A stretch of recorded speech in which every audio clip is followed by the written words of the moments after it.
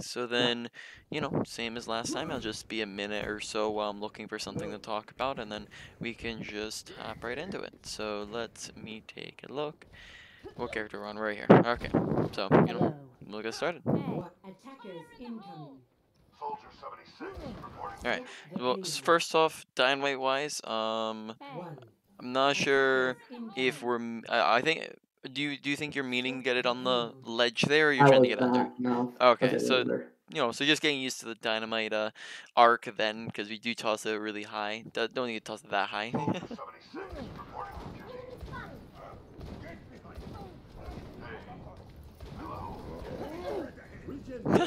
Alright, good job.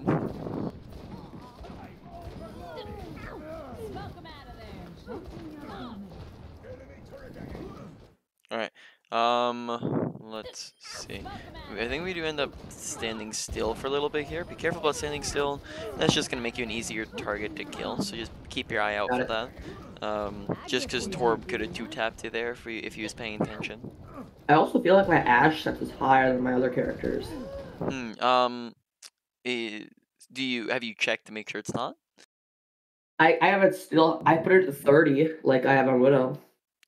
So you're saying you put the sensitivity to 30, or you put the scope sensitivity to 30? Scope sensitivity. Okay. So you put the scope sensitivity to 30, like a Widowmaker, and you still feel like it's higher?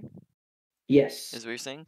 I think I'm actually unsure of how that mechanic of the game works. I think, yeah, that sounds a little bit weird that it would be higher even though you have it at the same. Though on Ashe, it's usually a good thing that you have it higher since you don't have as long of a range as Widowmaker does. That's true. So the higher isn't necessarily bad on Ashe. I think it might feel higher because it's actually a higher zoom Widowmaker.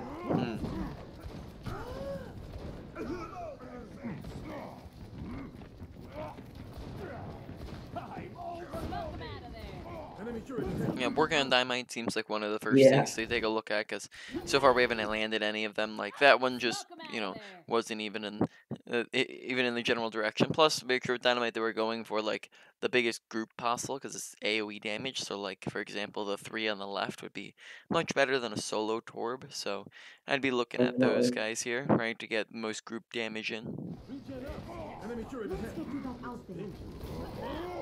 Thank you. Amplification matrix charging. Bob, do something! My servants never die. Enemy turret. Right on. Alright. Double. Good, Bob. Probably could just melee to finish that off, and then that means that you save the cooldown, right? Because she's like 1 HP here, right? So that just means that you save the cooldown, don't have to waste it.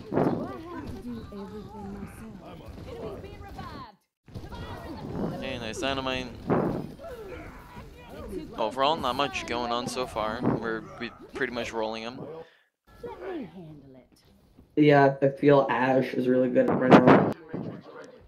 Yeah, I mean she's pretty decent. There's not a lot of DPS that are terrible or They just like a longer range soldier. That's what I feel Ashe is like. Yeah, I mean Soldier has other aspects to the kit that Ashe, you know, that is different from Ashe. They play differently. I would say at the moment I wouldn't think that one is necessarily very much better than the other.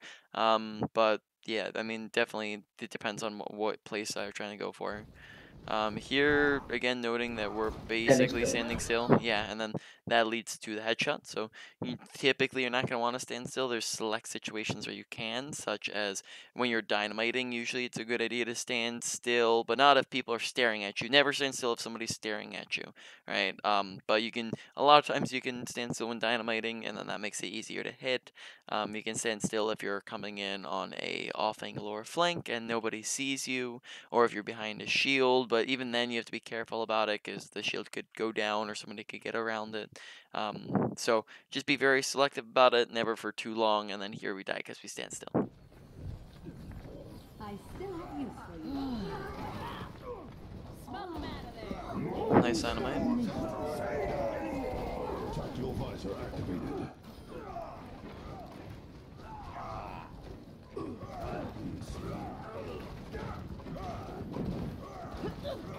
Okay, so here let's look at the target selection because I think like our target priority is a little bit wonky here. So first off, we go for the Ana, who is a mile away from us, who we're probably not going to do a ton of damage against because of the distance in which she's at, and she also is like right next to cover, so it's probably very unlikely that we get this kill.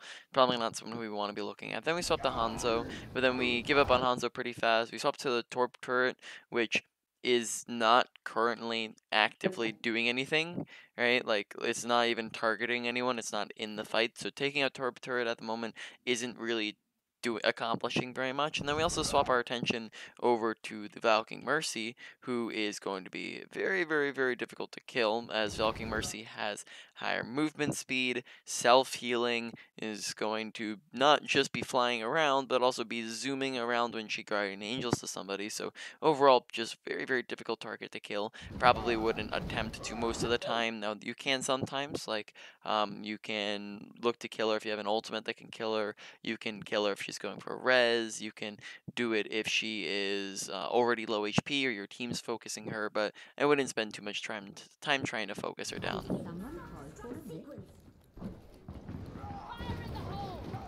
Okay. Let's talk about left click versus right, or scoped versus unscoped, because I've seen a couple times where we've unscoped when I don't think it'd be great option, right? So typically your scoped is your more efficient source of damage, as it doesn't burn through all of your shots super fast, and you're going to get more of a bang for your buck. But unscope does have its times where it's useful, particularly when something is low and close, right? If something's a mile away from you, your unscoped is going to be pretty inaccurate, so you're better off going for another scoped shot. But if something's close to you, then you're better off unscoping, right? And then the other criteria is low HP, right? Because if they're not low HP, then you don't want to just spend an entire mag, which takes a while to reload, but like trying to burst them down and then not really going a ton of places, right? You're not really gonna be able to do that. Even with probably like on a Reinhardt with a full mag, you'd probably be able to maybe kill him, right? But some other situations where you can't do that is if you're trying to burst someone down like really, really fast. That is an option, but that's not really the situation here. On the Reinhardt, who's like full HP and really far away from you. So this doesn't really accomplish very much, or you probably could be scoping it. Got it. Okay, maybe an unnecessary drop from high ground. Probably could just be keeping that and then having a really nice off angle, especially if you have a Bob coming up here. My servants never die. Огонь по готовности. Okay, so let's talk about Bob placement. Now from, it's hard to say, because from our current, so when it comes to Bob, typically we want Bob to have an off angle, right? Is that off angling something we talked about last time at all? Yes, it is. Yeah, so typically we want Bob to have an off angle, right? So we want him to be coming in from typically best is behind, right? So we want Bob's placement to usually be behind them, because this does a couple different things. Well, first off, when we put Bob in front, it's very easy for them to dedicate all the resources, shield them very easily, and just back up around the corner, right? Whereas if we were to put, for example, like let's say we had Bob somewhere like right here. Well, now Bob, she's shooting at them from the back. Now Reinhardt has to choose, do I shield team or do I shield Bob? And they all have to choose, do we turn around and look at Bob or we look at team, right? And then that splits their attention. It creates a crossfire effect. It gets around shields. It creates chaos, right? And then it also gives really good sight lines. Whereas here, all they have to do here is just walk around the corner, and then now Bob can't see them once they get around this. So just best placement would probably be behind them. If we were on the high ground, this would be super easy, because all we would have to do is just like toss them in, and then I'd probably place them like somewhere around it right here, because this would probably be perfect positioning, as if they go this way, Bob sees them. They go that way, Bob sees them, and it's pretty much behind them, right? So that'd probably be best positioning for Bob if we had the option to. Here, I think this is pretty okay, positioning with Bob from where we were standing, though possibly would, instead of putting him on that corner, might put like somewhere like on this corner, and then that way you end up having him shoot them if they back up around that corner, right? Bless your heart.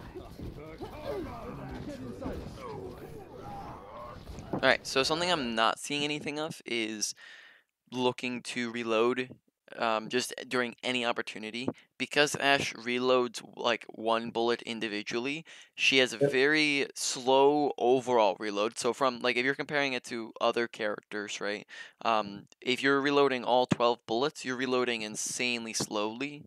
But if you also think about this, if you're reloading one individual bullet, you're reloading much, much faster than any other character. So you can sneak in reloads during pretty much any time you're not shooting, right? Just anytime there's a tiny little lull in time where there's nothing else to do, you can reload. Whereas we don't really see that happening. So just for example, like right here, we go shoot at Torb, and then we pause for like a second or two here. Pause, pause, pause. We could have reloaded like two to three bullets there, right? And then that means that we end up getting our bullets to last much, much longer, whereas so far we've always seen us dwindle down to like 2 or lower before we actually start reloading, and then we reload all of them all at once, right? This would allow us to keep shooting more often if we consistently keep our ammo up. So that's usually a good habit to get into on Ashe. Oh, don't walk into your dynamite there. Yeah.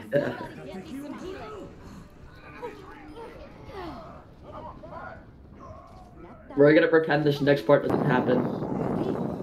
Much better. Yeah. Courtesy. So with aim, last time did we talk about flick aiming at all? No. No, okay. So, when it comes to, I've noticed that our aim is a little bit flicky, where we end up, traveling, flicking, just being anytime you're crosshairs, traveling somewhere very, very fast, right? And our aim seems to be very flicky. So, in general, right, flicking is necessary in some situations and is not necessary in others. Situations where it would be necessary are super fast moving targets. So let's say tracers blinking around us. Well, now we have to flick to try to hit her because we can't just normally track her if she's doing a 180 on us, right? Then other times it'd be like if somebody snuck up behind us and we have to flick around to get to them, or if let's say we're just aiming down this way and then all of a sudden someone pops up in the left room here and we might want to flick over to shoot at them, or if we kill Ana and then flick over to acquire the Reaper above us, right? Something of that sort, right? Those are situations where flicking is necessary. Where flicking is not necessary is where we're already looking at somebody, and in fact, flicking when we're already looking at somebody can just be harmful to our aim, as it just ends up leading to inconsistencies, and then we end up missing shots that are unnecessary because we're on the target and then move off of the target. So, like here, for example, like we end up, you just kind of see a little bit of the micro flicks where we let's see, where you see that right there where we over adjust, we go from the left to the right of the Ana because we over adjust off of the Ana, and then we see this a couple other times, like here, look at Reaper, how we look down and then adjust upwards. That also gets into cross replacement. Last time I believe we did talk about cross replacement, right? Yes. Yep, so this is part of cross replacement, so we'll make sure aiming head level there, right? And then that way we're not flicking up to the head instead. Right, do the same thing again there, right? And I keep doing it. Mm-hmm. That's better. Let them up. My aim just gets really wonky here. Somebody get me some healing. Regen burst activated. Right beside you.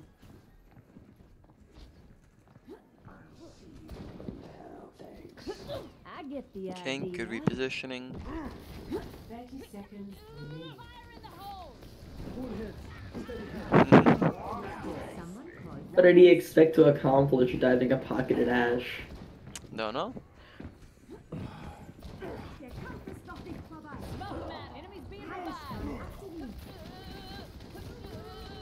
Alright. A lot of shots, go for more headshots, right? Just because we're hitting a lot of them, but you know we're only doing half damage, right? So I'd probably say one of the next steps for you mechanically is just making sure we're intentionally going for more headshots because it Got it. doesn't because I'd probably say we're like really good mechanically. It just seems as though we're not putting in the effort for the headshots at the moment, which means that Yeah. we're going to suffer in terms of damage, and then that means that you know when we come up into higher lobbies where people do hit headshots, we're going to be lacking in our damage output Got and it. duels and whatnot. I feel I really only go for headshots on Widow. It's a bad Yeah. habit. All right.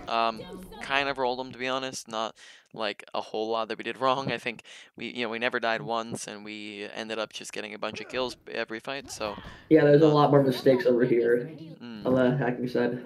okay. 3, 2, 1. I still have the soldier soon. Mhm. Is upon you. Escort the payload. Yeah, notice that flicky aim right here, where we're like down off of the hog and we flick up to the hog, right?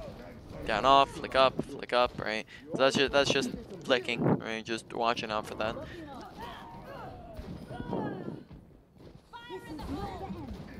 Okay, make sure we're just angling it slightly higher here as we don't put it high enough, and then that means that Reinhardt's able to shield it, right? Yep. We want to be able to get it over the shield because we get it over the shield, that is 4 people dynamited, that gets you a ton of ult charge, damages a ton of people, gets a ton of value, but when we hit one person, which we hit one Roadhog here, right?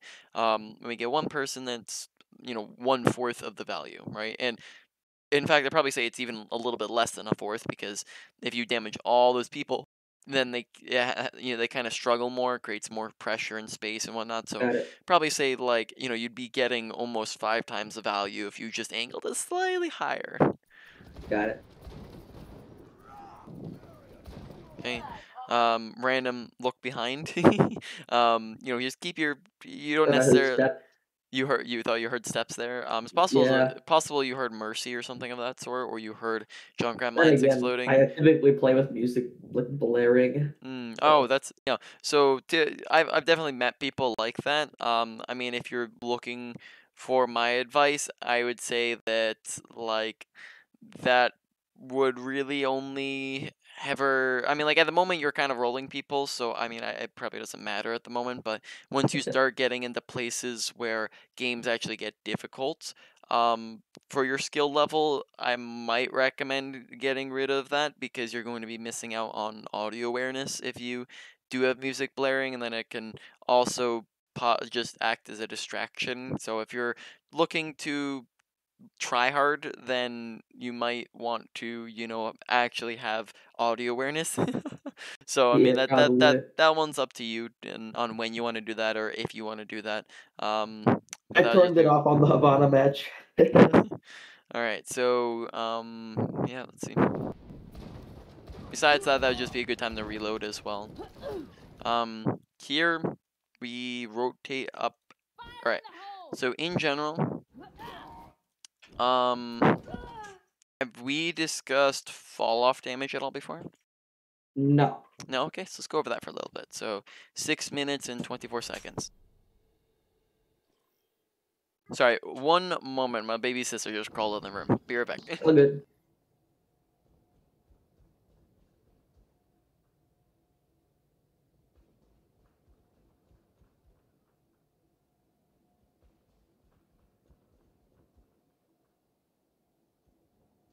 All right, sorry, I'm back.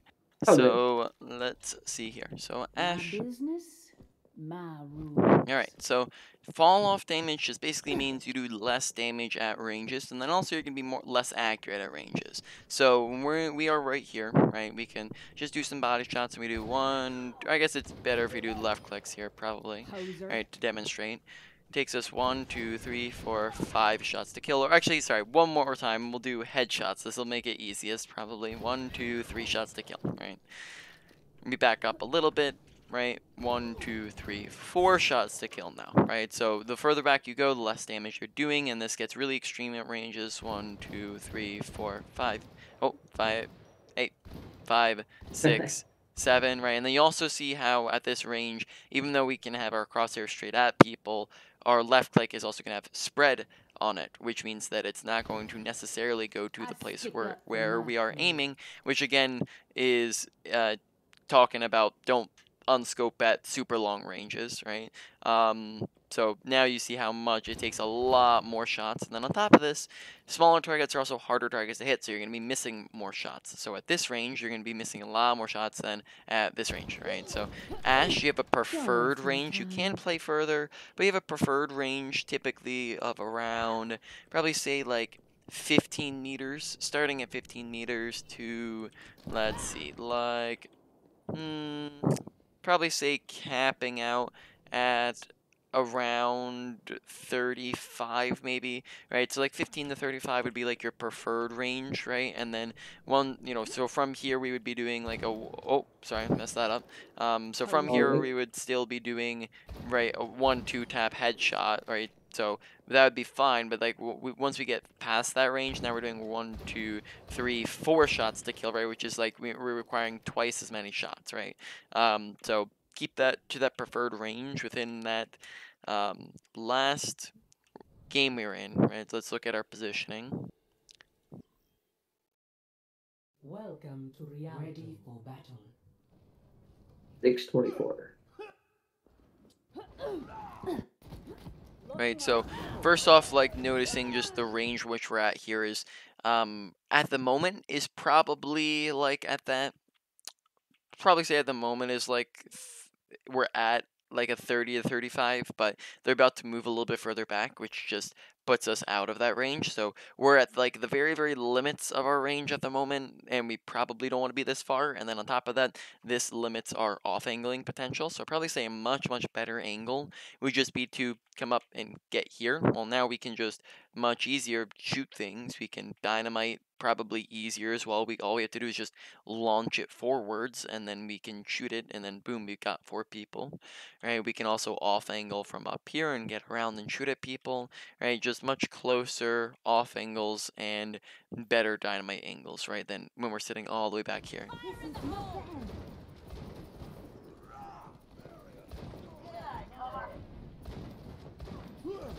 Right, and then just notice the angle. We finally rotate over, but it's also a little bit delayed with the rotation, right? We get, yeah, so it's just, being over there sooner rather than later. Very nice. Though, probably don't go for the unscoped shots right away. Like, the Mercy wasn't lower, close to you. Standing still, gets us killed again. Right, that's not a time where you can be standing still, because people can see you and look at you. So and you already shot, so people can hear you that you're up there. So, not a time to be standing still, and therefore we die. So we've actually died twice. That I forgot about that first time, but we've died twice to standing still. So be careful about that. Usually it's always a good idea if you're trying to stand in a spot, you always want to be 80 strafing, just walking left, right, left, right, left, right. Have we talked about 80 strafing? Because there's good ways to do it and bad ways to do it. No, we haven't. I feel like I'm okay at it on other characters. Yeah, I mean, like, I think you've been fine. I guess I haven't been paying too much attention to it, but I guess that means it's doing okay. I thought I could dodge the hook here. Yeah, so typically, first off, if we're trying to dodge the hook, I'd recommend, instead of just kind of slowly walking to the side, to be sprinting around, right? So like sprint left, sprint right, and then this can make you much harder target to hit if you're going like this versus if you're standing still, right? And then besides that, right, using cover, because you can very, very easily break hooks on a corner, because he hooks you while you're walking to the left, and then hook breaks. So I can't tell you the number of times I've gone up against a hog and baited a hook by just peeking like I'm about to come out, and then immediately coming back in, and he tries to hook, and then it's broken, right? So play on cover, so this is poor positioning because we are very out in the open, and we also don't have good 80 strafing. I guess let's just real quickly go over that, because it's just important that we move around. Probably say in general, it's just the main point is move around more, but there's also good and bad ways to 80 strafe, right? So let's look at that, right? First off, don't ever stand still, right? That is just makes it so easy for them to headshot us, right? Like just like we're bots standing still here, right? But there's also bad ways to AD strafe, right? You don't want to go too fast, because if you go too fast, then we're basically again just standing still, right? They can just shoot us that entire time just the same. We don't want to go forwards and backwards, because again, this doesn't really accomplish very much. They can see us the same the entire time. And then if we go too long, then this makes us very predictable, and they can track us very easily. So what we want to do is find a nice middle ground where we're going back, forth. This way, when they're aiming at us, their shots are going like this, right? On, off, right? And then besides that, you can add in some crouches once in a while, and you don't want to just do this pattern over and over again, because that becomes predictable to people. You want to mix it up, be a little bit crazy with it, right? Add in some crouches randomly, right? Left, right, randomly, or left, right, left, right. Mix it up. Be random with it. Sprinter, like if you're trying to dodge things extra fast, soldier can do that super easy by sprinting, right? Like in fact, like people like look at the ground so that you can't hit headshots, right? Just do this type of deal, and that makes landing hook much more difficult than if you're standing still, right? So move around.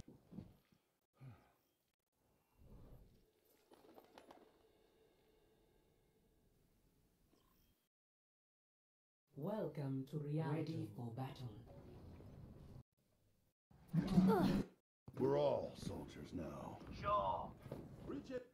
Oh, one other thing I'd say about us dying here, right here, is that we're standing a little bit too close to the edge, right?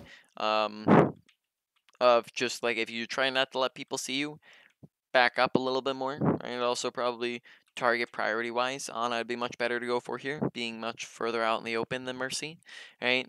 So probably go for Ana here. Be further back away from the ledge, because it's much easier for a Hog to hook you here than if you are back here, right? Where a Hog can barely see you, right? And we can still see Ana here, right? So here, 3 people can see us and shoot at us.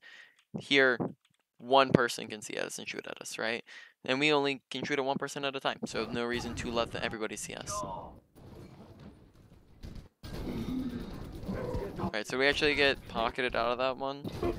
Yeah, okay, so we get pocketed out of it. Executing flight maneuvers.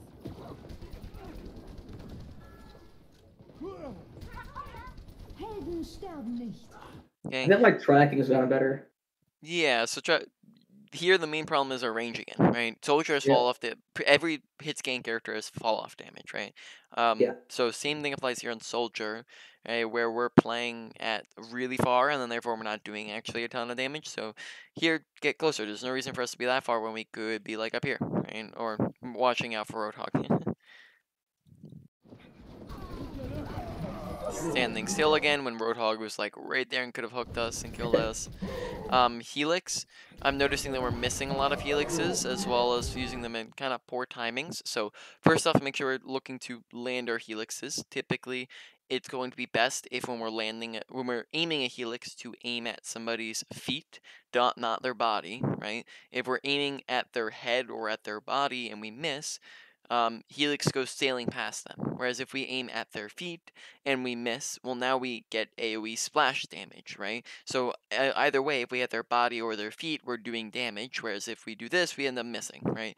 So that's the first thing with Helix. Secondly, is there's good times to Helix and bad times to Helix, right? I think we talked about that very briefly last time, but for the most part, most situations, Helix is used as a finisher. You finish them off with Helix, and the reason why you do that is because it's burst damage, right? When you burst someone down their health bar, right, they don't have time to run away. So like if a Helix is 120 damage, right? If you tickle them down that 60 HP and then you Helix them, right? Well, now they don't have time to run away, to get heals, to use tanking abilities, use any abilities to escape, right, or to kill you, right? You burst down their health and therefore you secure the kill. Whereas if we were to Helix first, well, now they're going, oh snap, I'm 60 HP, and they use their abilities and they get out and they kill you and they yada yada, right? They now have time because they're prepared for it. So typically, Helix comes as the finishing blow, not the initial blow, right? Now, the time where you would use Helix first is if you're at a range, like let's say we're all the way back here, and that is because by the time Helix actually reaches them, you've already shot them with regular bullets, and then therefore it all comes all at the same time rather than Helix, shooting and then Helix second. Because if you shot and then Helix second, Helix would be reaching them after like 2 seconds, right? So Yeah. that's how you want to use Helix. Here so far we've seen us using Helix, just kind of tossing it in there, right? Now if you're just like pure spamming and like the fight hasn't begun yet and no one's low or anything like that, then go ahead and use it for spam damage. You want to get it in there doing getting some ult charge off of it.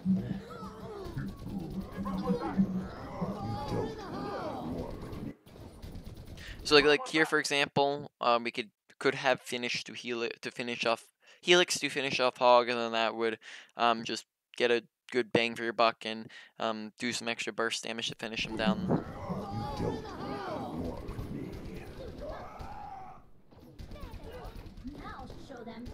Helix would one tap Tire, so looking to Helix for Tire. How does Tire have? Health, Tire has 100 HP, so anything that does over 100 damage will one shot it. Feeling spry.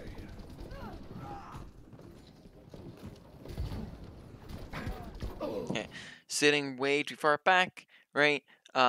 Take high grounds, take off angles. Here on Soldier, because Soldier's a very flanky character, right? He enjoys going on flanks. Have we discussed the difference between off angles and flanks last time, or did we only briefly cover it? No. Yeah, We never okay. did. So off angles are fast and short ways to get, or off angles are great because you can get around tanks, you can get straight to the backline. I think we talked about target priority last time, right? We get to their Yep. supports, we create crossfire effects, which we talked about before.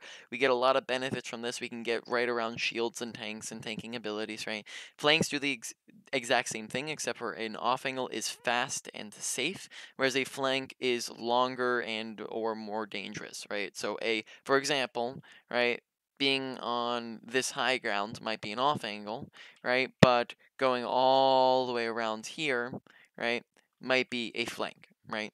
So Soldier by nature is able to do flanks more readily than like Ashe, for example, right? Ashe does not have high mobility, Soldier does. Ashe does not have self-sustainability, Soldier has this health pack, right? So therefore Soldier is much more able to go on flanks than Ashe is. Both of them like off angles, Soldier likes flanks, right? So what that means is anytime we have the time, now you don't want to do this in the middle of a fight because obviously that's going to put you out of the fight for a good like 10 seconds while you're doing that, but in between a fight maybe, or at the very beginning of a fight or very end of a fight, we can make this rotation and run all the way around here, and then now we can just pop in the back and pick off Ana from behind or Mercy from behind, right? Whereas here we're sitting so far away without a high ground, without an off angle, without a flank. So right now we're just in really poor positioning without any way to do any meaningful damage. We're getting out spam damage, we're getting out damage, it's just not meaningful damage. We're not securing kills, we're not doing anything with the damage. So probably at the moment, with the fight going on, I'd probably say I'd recommend coming up to high ground because it's it's shorter. Good. Oh, I was about to say that I was going to high ground soon. Yeah. It's just very delayed as well. Yeah. Like with the amount of time we've been sitting down main, we probably could have gone down to, we could have flanked around the left time twice over.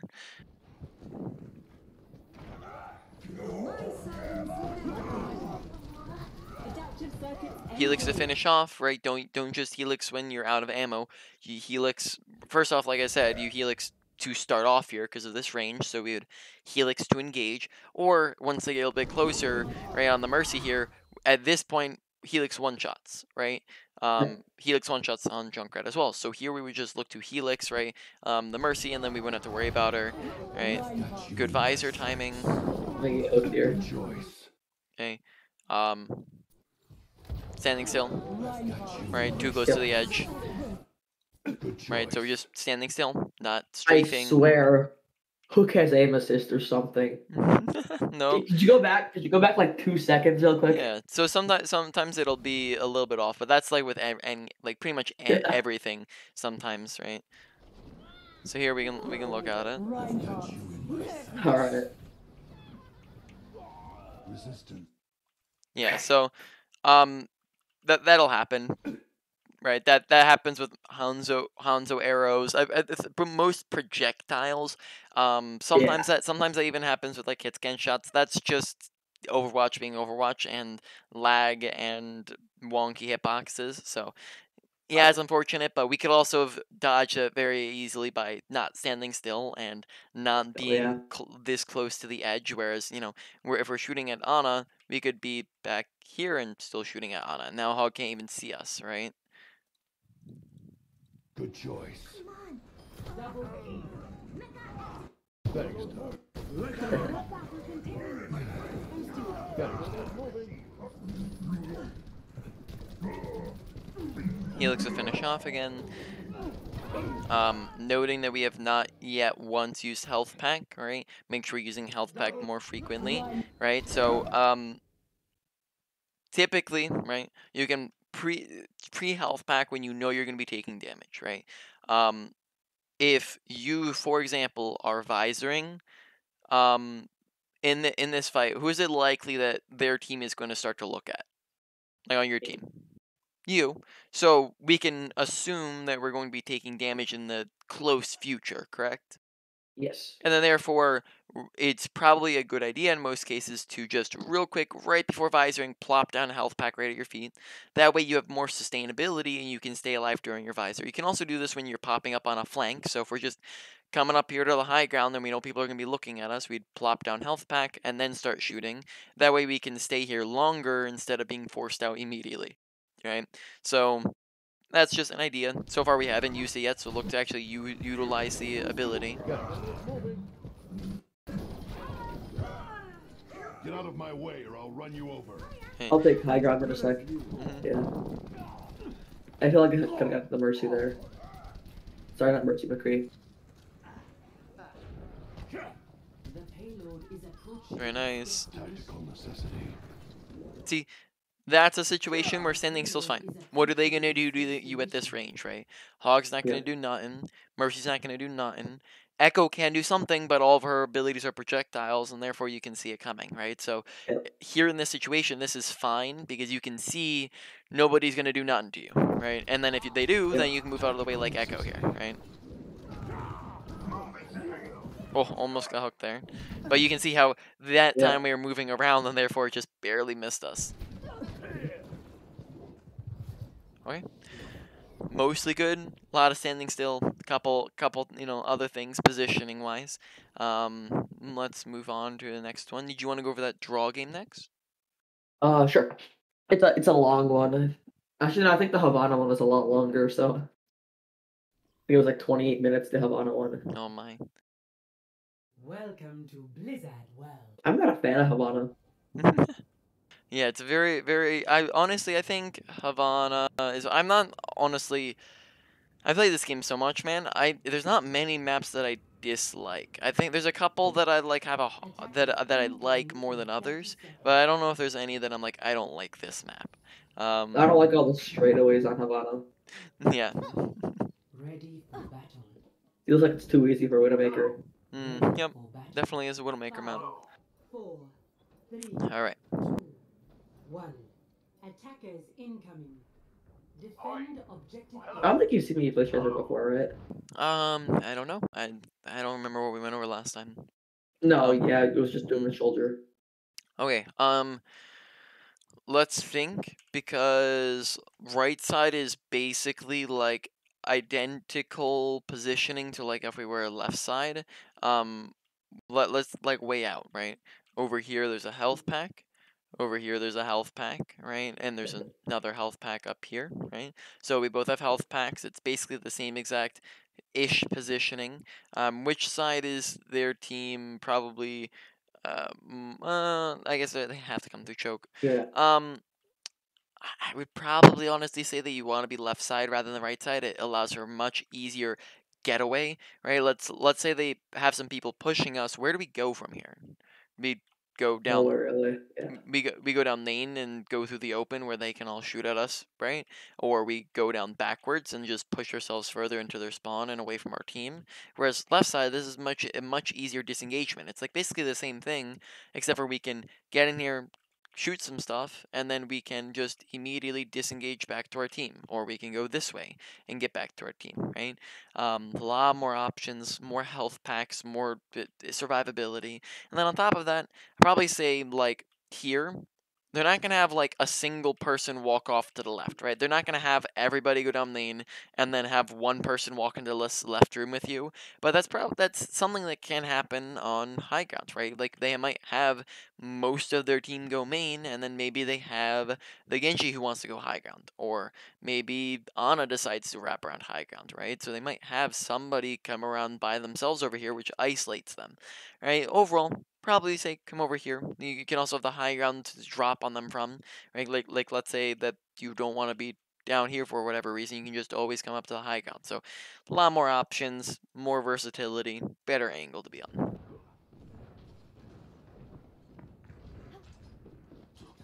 I am ready.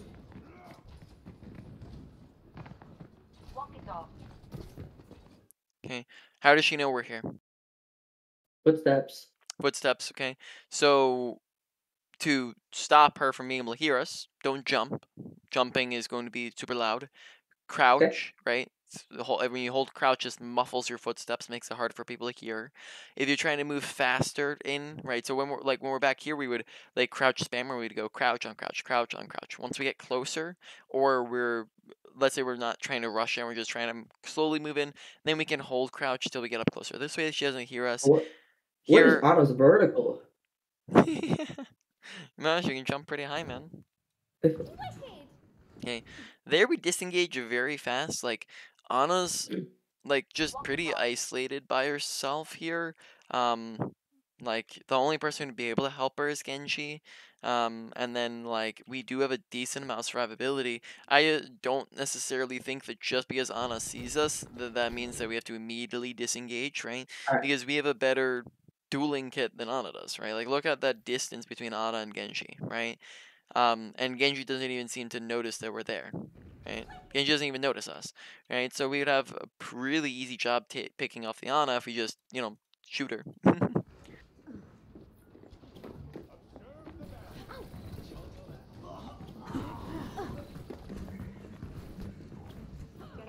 Okay, most of the time, don't look to engage when we don't have abilities.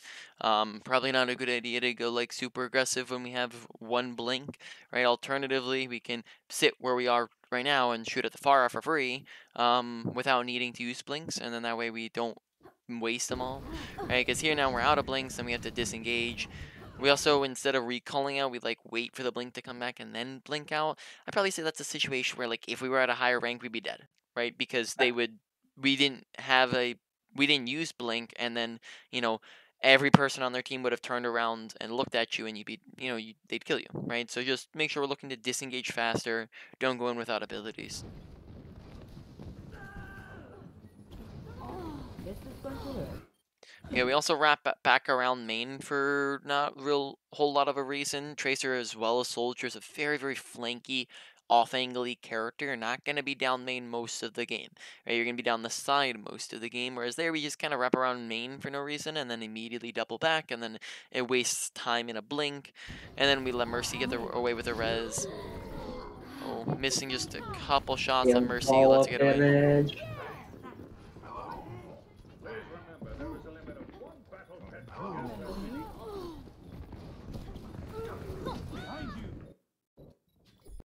Yeah, spent way too much time just blinking around and not actually participating in the fight there. Yep.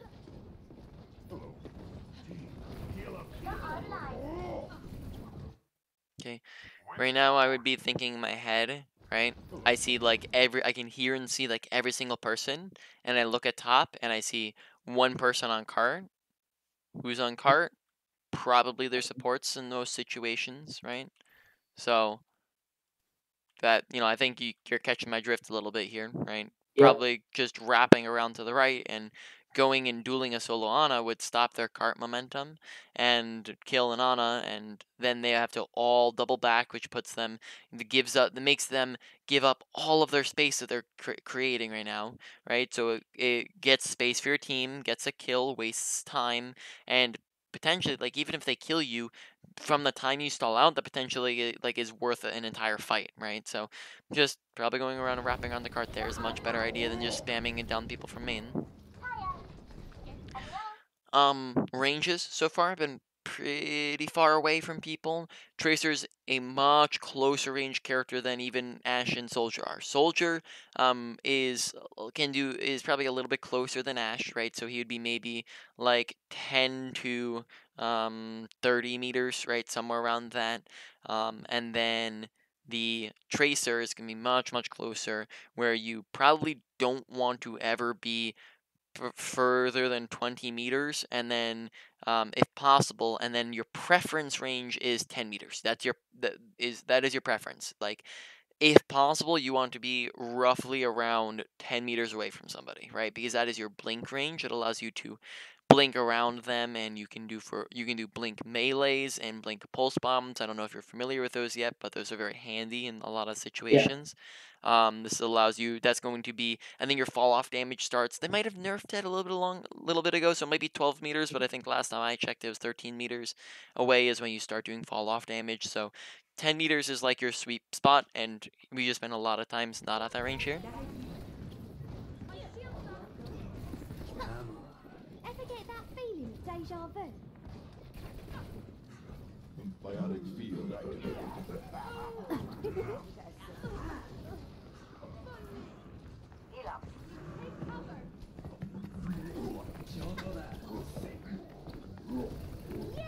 Wait, you need a time out.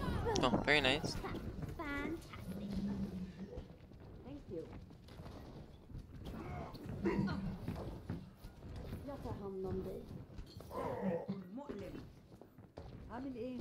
I was asking the break to stop throwing armor packs at me. Who's she even doing with those? You're full HP. Yeah, I just giving my position. Well, they didn't really pick up on it, so it was fine. Should have got out of there. Exactly. Okay. Also notice when we're engaging is when the fight hasn't begun yet, right? When we engage at this time, they're able to all like look at what our team look at our teams, right? They're able to all turn around and look at us, right? Like everyone turns around and looks at us, right? The monkey, the Zarya, the Ana, the Mercy turns around, right? So they have like everybody on their team turn around. Farah turns around, right? Everybody on their team turns around to look at us, and then therefore we don't get to do anything, and we die very fast, right? And we don't really accomplish very much. Whereas if we let them engage and our team is distracting them, well, now they can't all turn around to look at us. And then we, again, create a crossfire effect where we can take attention away from our team, right? So now we only have like 2 people looking at us, and then that draws attention away from the team, distracts people, and also doesn't get us killed immediately. Just in time. Remember me? Just in time. Just in time. Never mind. Remember me? Crouching. Again. Yep.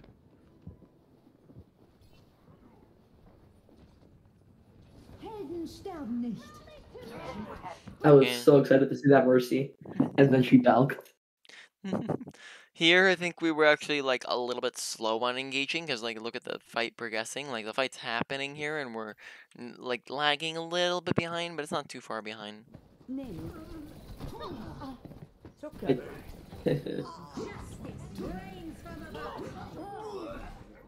Ever get that feeling? was a bad recall. No, it's fine. I got your health back. The fight was already over. Who's next? Alright. Thank you. Hey, Doc. Hiya. Hi. Understood.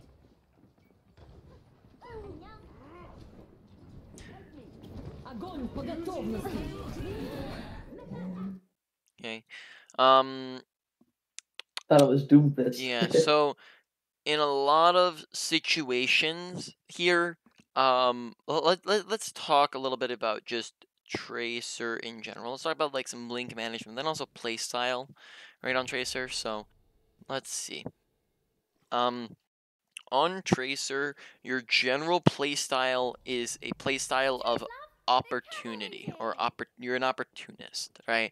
What that means is you look to play passive, right, until you see an opportunity to go for. So what that looks like is you're just going to be shooting, you're going to sit on the sidelines, you're going to poke and poke and poke and you're going to be a distraction and create some space, charge up some ultimates, right? And then when you see an opportunity, then you get aggressive, right? So when somebody is low, somebody's isolated out of position, right? You have pulse bomb, right? You can get aggressive. So you see a bunch of ultimates happening, your team's diving in, right? When you see an opportunity, then you go aggressive, right? So what that looked like is we poke, right? And then now we're getting aggro because we have pulse bomb, right? And then we're out, right? And then we poke, right? And that's what your playstyle looks like. Whereas at the moment, we're either 0 or 100, right? So another way to go about this is let's give you aggression. Talk about aggression scaling. So when you're talking about aggression, you typically have a scale. At 100% is going to be your super aggressive, and 0% is going to be your super passive, right? When you get sorry, I'm confusing myself a little bit here. When you're at 100%, sorry, restarting here. Yep. 100%, 0%. Typically, your average, you're coming into fights at a default of 50%, right? Because that's your neutral, right? Yep. A lot of times we're not coming in at 50% and staying at 50%. Instead, we're at 0% or 100%. So we'll, what that looks like is we'll start off here and then we'll go boom, boom, boom, blink in, and we'll stay in here for 2 seconds and then we're immediately out because we get pressured, right? And we don't have abilities, right? Instead of doing our 50%, which just looks like this, where we're just poking and poking, we're at 50%, and then we go up to 100% when we see that opportunity, right? So you scale upwards when you have advantages and resources and opportunities, and you scale downwards when you don't have it, when you have a lack of all this, right? When you don't have blinks, you play passive. If you have no abilities at all, you might be down at like a 10%, right? Aggression. When this also goes the same way with like picks, right? So when you're up 2 people, you might scale it up and go up to like a 70%, right? If you're down 2 people, you might scale it down and drop down like a 30, right? So you adjust up and down based off of those things. Whereas so far we're kind of in the place where we're 0 to 100 instead of adjusting when needed. Besides that, blink management, I think we end up wasting a lot of blinks a lot of the time. Typically, I'm not a big fan of the only times you should ever be double or triple blinking into a fight is if you are going for a pulse bomb, right? In which case we can go do pulse and then get out, right? Or if somebody is like standing still, like a Widowmaker, or they're shattered or grabbed or fluxed, or it's a Widowmaker or an Ana or an Ashe who's scoping in, right? Those are situations where you can get very easy damage, and therefore it can be okay for you to triple blink in. Like let's say on this bot, again, like we're triple blinking in, right? And then we can melt this person and get out, right? Something like that. But we have just gone in when we don't have those opportunities, and then therefore like we just go in and then we don't kill them, like we don't one clip them because they end up moving out of our shots, and then we are just left with no abilities at all and all the way out of the fight. Like we do this while they're moving, we miss all our shots and then recall, and then now we're across the map without abilities, and therefore we're not able to do anything, right? Whereas it might just be a lot much better to do this and play 50% and do that instead of just triple linking it. So we saw that when we did the double blink over the roof, for example. Besides that, when you're out of blinks, look to play a little bit more passive, charge them up, right? Typically, it's a good idea try not to blink into an engagement. So if we walk into an engagement, we can have an extra 2 blinks. So let's say we have 0, right? Or let's say we have 1, right? If we are to blink into the engagement, we come in with 0. Whereas if we have 1 here, right, and we walk into the engagement, well, now we come in with 2 blinks, right? So now instead of coming in with 0, we come in with 2, right? So that's the difference between blink engagements and non-blink engagements. Typically, it's best to non-blink unless you need a blink. And then just, like I said, play more passive when you don't have blinks, right? And that's about it.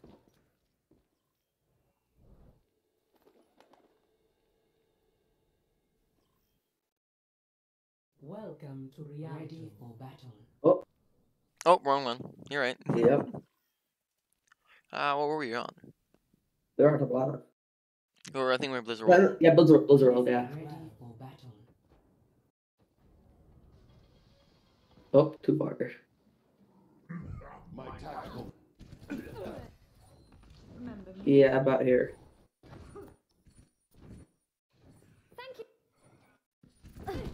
Alright, so we engage when we Yep. don't have an opportunity. We go 100%, and then we're immediately forced to recall out, and then now we're down abilities and down recall, and they all know where we are, and we didn't really accomplish very much, right? And then we, again, are at 0%, and then that was good, we saw an opportunity, we went in, but again, notice how, like, maybe here, instead of just, like, sitting and sitting and sitting, we could have been walking closer to where we're, like, right here, and then maybe walking closer to where we're right here, and then that way we don't have to double blink to engage, whereas here we, again, double blink to engage, and then that means that we're out of abilities, right? And then we're, we just use all three immediately. Back in the fight.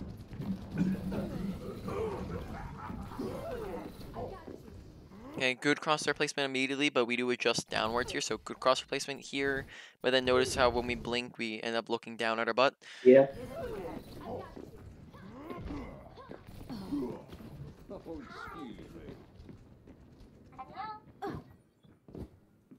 Very, very loud. Yeah. Careful about that. There's actually a tech. Let's see, we're at 4 minutes. There's a tech that you They can... give you whole space. Yeah. So you've already seen that one then. So Yep. you can go back and do it. So go for that one, and that way you don't make footsteps, or sorry, big drop sounds is more accurate. Welcome to Blizzard.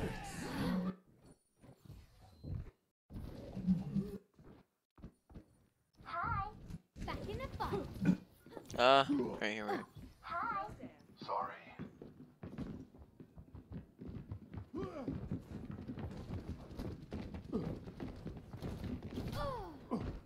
He nailed it. Let's try that again. Okay. Notice how we're also engaging again before the fight begins. Engage when the fight's happening, not before. And then we end up not paying attention to the McCree there, and then he ends up getting us.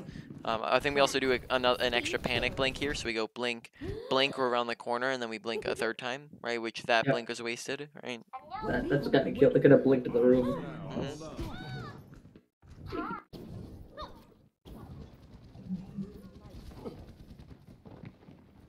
Oh, monkey. Oh, there I definitely would have blinked in and gotten the monkey, right? So here, pay attention to health bars, right? You see he's 1 HP. Oh, right? yeah. Right, so here all we have to do is just we walk, we blink, we go and he's dead, right? And we recall back out. Yeah. Watch us stand still a little bit there. Wicked. I waited too long. Didn't really accomplish anything there. We touched the cart for half a second and then immediately used all of our blinks and reset and walked out of the fight.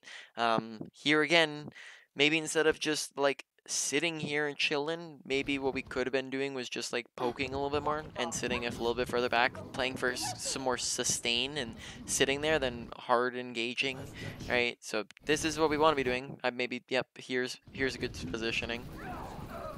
Alright, so what we're doing right now is fine, though we get aggressive off of nothing there. I recalled in time. Yeah, we also just don't have a reason to jump on them there in that situation.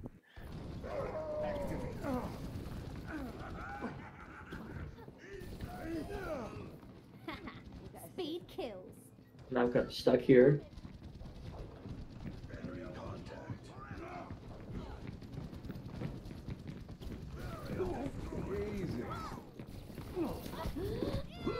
Okay. Notice that we're engaging again when I guess that they are kind of fighting, but I guess the main point is that we're kind of in the middle of their team. This really isn't an opportunity. They have 2 people looking at us, about to be 3 people looking at us when Baptiste comes back, and we're another thing to note, I guess. Let's see. Yeah, when I would just say that's not really an opportunity to go in off of, and we just go to that 100% again, where we're going in super aggressive inside of them when we don't have a reason, we don't have an opportunity to, and then you see therefore that we just end up dying, right? It doesn't, we don't accomplish anything because we can't. Tracy doesn't have that potential to just go into 6 people, and then get out with value a lot of the time. Maybe some of the time, but not all the time. Yeah. How are we here? Well, that just happened.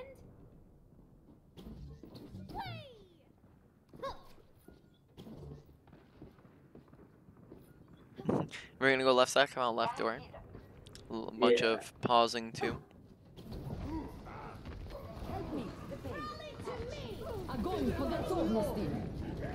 This was a horrible pulse bomb. It never happened. Uh-oh.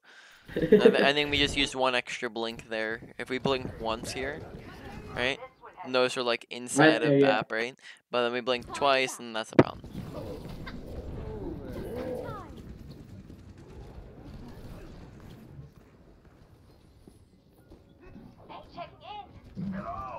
Just be spamming. Just, no reason not to. Notice a lot of times you just kind of stare, right? Go Yep. pew pew, shoot shoot. Get some ult charge. Right, spending a little bit of time just kind of chilling. And then that means that, we could have been using that time to rotate, and then now we're coming in with one blink when we could be coming in with more than that.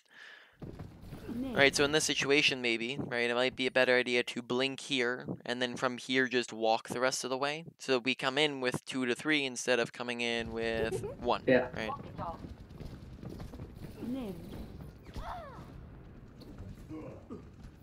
It's like I waited for the McCree to look at me before I engage. The payload is approaching its destination. I don't think we really noticed the BAP there, so just paying attention to BAP.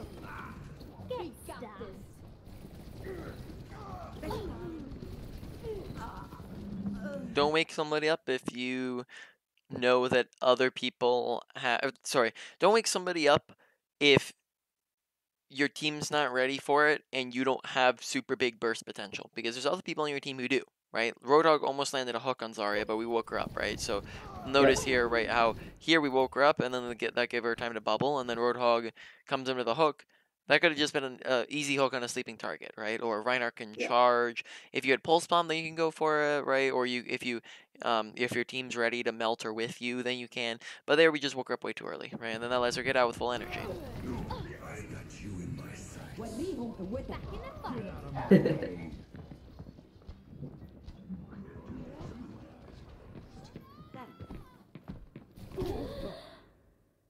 We've talked about watching kill feed, right? Yeah. Yeah, so this is a lost fight. That's And terrible idea. yeah, so there's no reason to engage here when we could just sit here for the next fight, right? Maybe like rotate around left to get a little bit closer to them. But here we just walk in for no reason and then therefore reveal our position. We could have even spawn camp BAP here, right? If they weren't paying attention, look how far away they are. They would have been like all the way over here, and we can just melt BAP as he walks back from spawn. So pay attention to your environment, awareness, right? And then therefore we get a lot more value.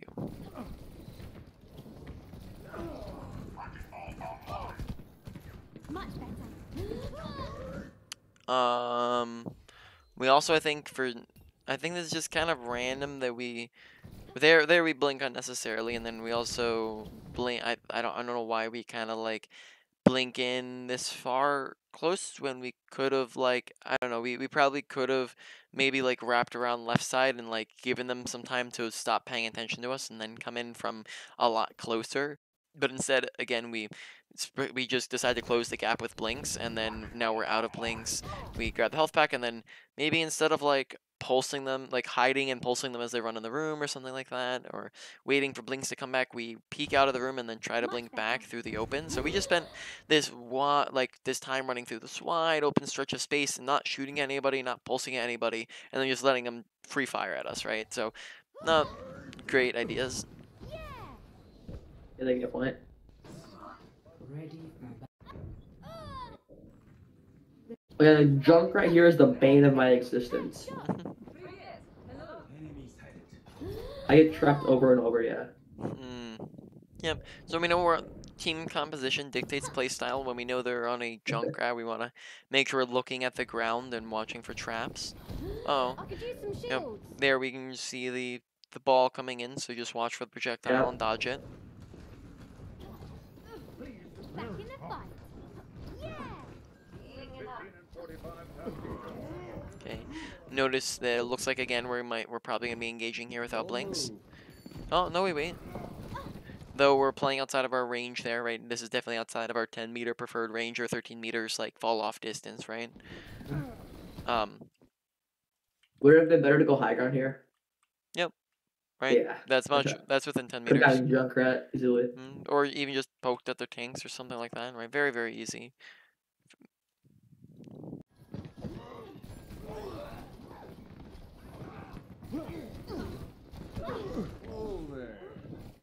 Just in time. Much better. Привет! Greetings! Физкульт, привет! Hello! My ultimate is charging. Standing still. There we go. I'm not like participating right now, aren't I? Yeah, well, right now the fight's not going on, so that's like okay-ish. But we definitely want to be like rotating a bit faster. And I always kind of feel like it feels like we take the longest route possible with the most amount of blinks possible almost when we go for things like, I don't know, like something like this where we drop through here and then you have to use 2 blinks to get over the pack instead of just like, you know, dropping from the inside and using 1 blink, right? And then you'd be doing that much faster. And we've seen that like that type of thing happen like a lot. Yeah. Here again, out of range, engaging too fast. Use that time to wrap around the high ground. Now, Monkey's diving, and that would have been perfect timing. Like, let's say we're on high ground here. We could have gotten on Liana with Monkey, right? Burst her down twice as fast. And then they're like double blinking to disengage when I don't feel like we were pressured to, like we weren't really pressured to do that. We weren't low. We had blinks. We could have just gone up to the high ground very easily. And then we just did completely disengage, right? And then that meant that we weren't really participating for much of that fight. Физкульт, привет!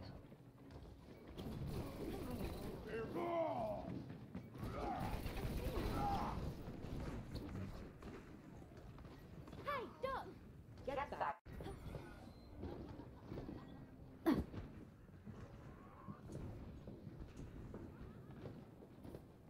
Okay. Hello! Here you go. Wait a moment. That pulse kind of did a little. You see that? I think you're about to see the thing that happened to Roadhog with your pulse bomb here. Yep. I don't get the kill though, I don't think. Hello! Here you go. Wait for it. Oh. Well, Makes alright. total sense. Makes total sense. Totally. Meant to do that. Meant to do that. Alright. So, problem. Way too fast of an engagement. Right. Look at where your team is. Right. This means that they have bubbles. They have a shield. They have immortality. They have sleep and flashbang that come get you when you come in. Right. They have a lot of resources, and then they can all turn and look at you. So definitely poor timing with the pulse bomb. The other thing is that we're 80% to grav.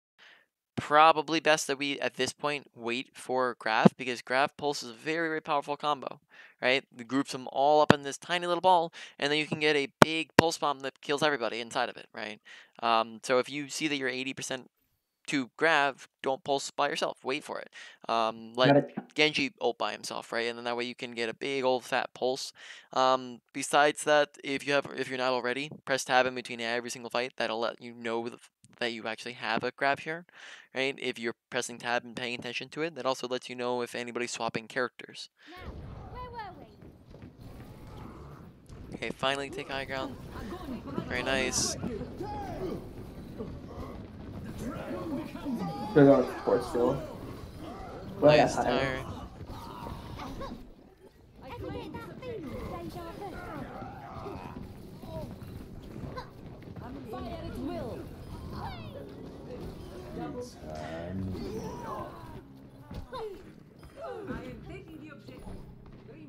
Alright, so let's rewind a little bit here. I think we also, we at the very beginning, we swapped targets a little bit unnecessarily. So we shoot at the Ana, and then Ana drops on his low HP, and instead of chasing Ana, we swap to the BAP, which probably saves a, and then he drops, and then instead of going for those guys, we shoot at Junkrat, who's like a mile away from us. Right now, he does end up tiring here, so I think this is good that you're looking at him, and then we end up killing him. So it was just maybe a little bit all over the place with who we're shooting at. Besides that, we end up getting a lot of kills, so we maybe looking for some more headshots. Even in the grab, I was looking at the body. Yeah. Piece of cake.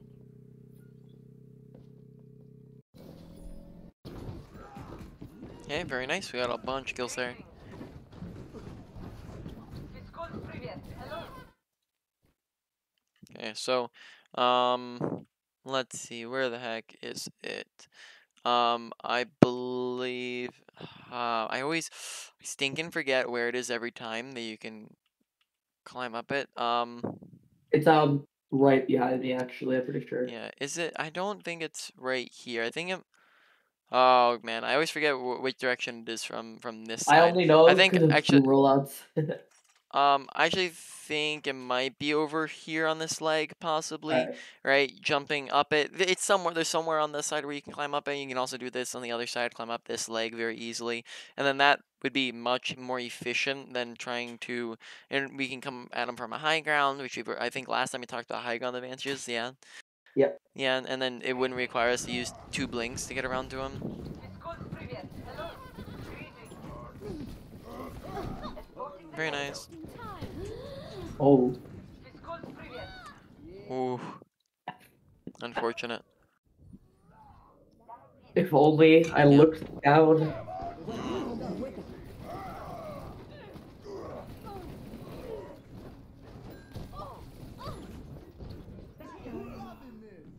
It's terrifying.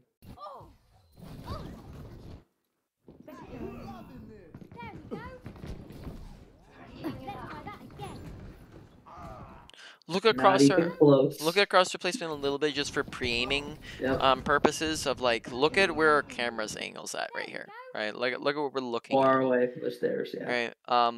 Where we know there's nobody over there, there's a very good Yep. chance there's nobody over there, and we know where there's people top right. Yeah, we're Mhm. aiming in the completely wrong direction, which limits our visibility, and then also just means that we're shooting people slower.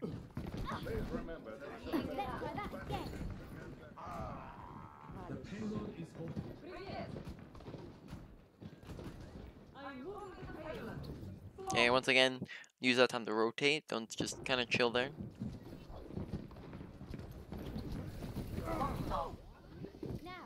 Notice a 0 to 100, right? Not really getting very much value out of that, besides wasting abilities. Yep. I need healing. Right? Not really poking, not playing within our range. 0 to 100. Perfect opportunity for a pulse pump here when everybody's shattered on the floor. They can't use a lamp for it. Wow, Bap's right behind me. Yeah, so here we end up ignoring Baptiste, right? So in this situation, probably could melt him in the head and then swap to Ana, kill her. Honestly, in this situation, might not even. If we wanted to honestly, I'd say the play would be like pulse Baptiste, swap over to, and then swap over to shooting other things just to kill him fast, right? Gotcha. Right, now you do end up getting the Baptiste. Though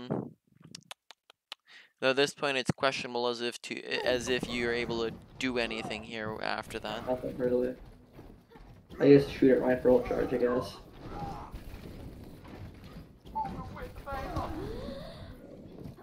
No, I guess that was worth it. We created some space, some pressure on the mech. My ultimate is charging.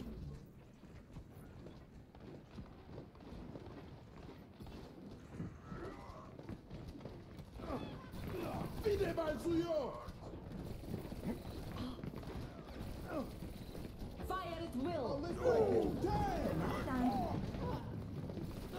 Огонь по готовности! Get healed. Very nice. Very cool. Notice that the times in which we're actually doing things are when we step within our range, right? Yeah. Right. Notice like we spend so much time, like, excuse me. Let's just like count the seconds we're out of range and we're doing nothing, right? Like we're out of range, we don't accomplish anything for a solid, right? We do this for like 1, 2, 3, right? Or I guess we can just go by fives here, right? 5 seconds here. Oh, why did it teleport us back what? here? Right, 5, 10. We step. So we were 10 seconds out of range, and then we step within range. Oh, sorry. What the? What? Yeah. It's teleporting us all over the place. So here we're 10 seconds out of range, right? And then Now we're in we it. step within range, and 1, 2, 3, 4, 5, 6, right? And like the same amount of time, and we actually get kills. Yeah. Привет! Привет! Thanks.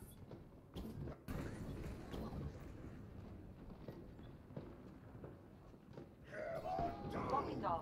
Okay, a little bit long of a wraparound when probably this would suffice and do like pretty much the same thing but be faster, right? So pay attention to where the fight's happening, and it's just a little too far of a wraparound. Oh, missing the pulse bomb. When we go for pulses, get right up inside of the person, right? It becomes We very have a map there good. instead, yeah. Yeah, so in this situation, well, first off, noting that these guys are more grouped up, so it might be better to go for the people who are more Yep. grouped up. Higher chance of hitting somebody, a higher chance of getting multiple kills. Right. Secondly, get up right inside of them. Look out if you're right here. That would be honestly a difficult pulse to miss, right? Then that rather Yep. than an hard pulse to hit, right? Whereas here we're tossing it from just a little too far away, and then therefore ends up missing. And I think we also flick a little bit too when we're on top of her. Let's see. If we Yep. flick, right? Notice how we look to the right for kind of no reason, right? Instead of acquiring her. Okay, instead of disengaging after we miss, we teleport inside of and in front of everybody. We also I don't think I recall. this continues for a while. I died like 3 more times like that. Primary objective. Move the payload. Junkrat's gonna keep on rolling me. Again, kind of notice the waste of abilities here. Yep. How, All like- three kind of spawn. Right, like, so we triple blink out when our team's not even ready, so it's kind of wasted, and then we blink in again while our team's not like really ready to do things. Probably could be using this time to rotate left side, and then we blink out, and we blink again, and then we immediately recall. So now we've just wasted a bunch of time and a bunch of abilities, and then we come back main, and now we just again don't have abilities or time, and we're not on a good angle. We're down main. And then we try to dual Junkrat without any abilities, and we blink straight into a trap.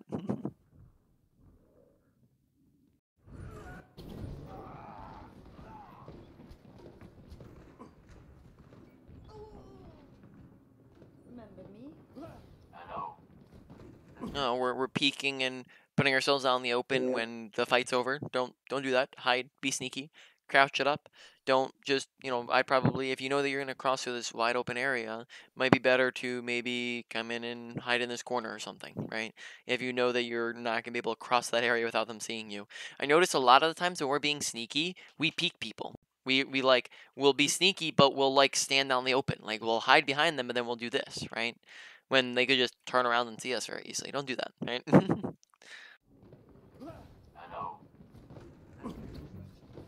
It's like you're like the kid playing hide and seek that's just running around instead of actually hiding. And then we end up staggering ourselves, which isn't good.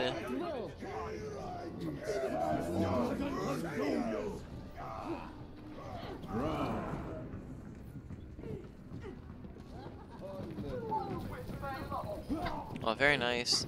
Fantastic. Could have gone for Ana there because the Junkrat's gonna get a pocket. Where were we? Yeah. Or Bat. I meant Bat. Ana. Pulse bomb. Just a little too far away again, right? Just get up right inside of them. Learn your blink range so you're getting better at blink pulses, right? So far, just blinking a little too far away from them. and then did damage yeah. ourselves. Watch the recall into it, and then besides that, we dying with 2 blinks, right? Use your blinks. I think I swapped soldier now. Yeah. The one character I can do good with. Tracer and Soldier are probably going to start to see a lot less value on this last point. Do you care to guess why? There's a lot less high grounds for me to get to. The points that are Lot less critical. high grounds. Yeah, I'd say that's definitely accurate in comparison to the first 2 points. But I wouldn't say that's the main reason. Tracer doesn't, you know, Soldier definitely loves high grounds, but Tracer doesn't Yeah. necessarily like thrive off of high grounds. Maybe because it's very open.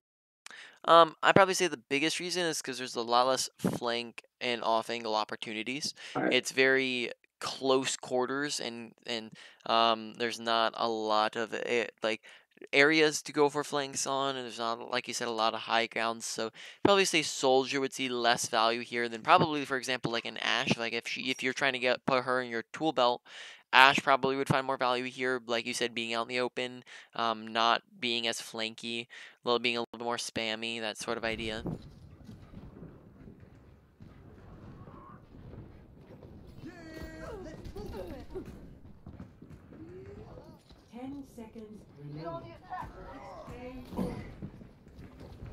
Anyone else want to do their jobs today?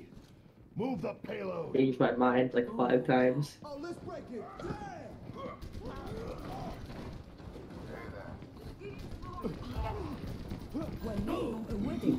Right, treated. Health pack. You got that ability, man. Very nice finisher. Need some healing. Standing still when there's like a McCree, Oh my Zarya, god, that is and horrifying.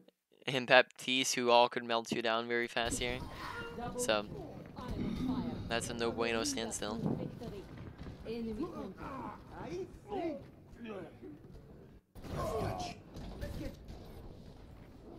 Ready for Hello. I'll be watching you back. Time to accelerate. Good helix. Alright, I like that we're coming up around the high ground, or at least, yeah. Good job. Dive either. Let's get patched up.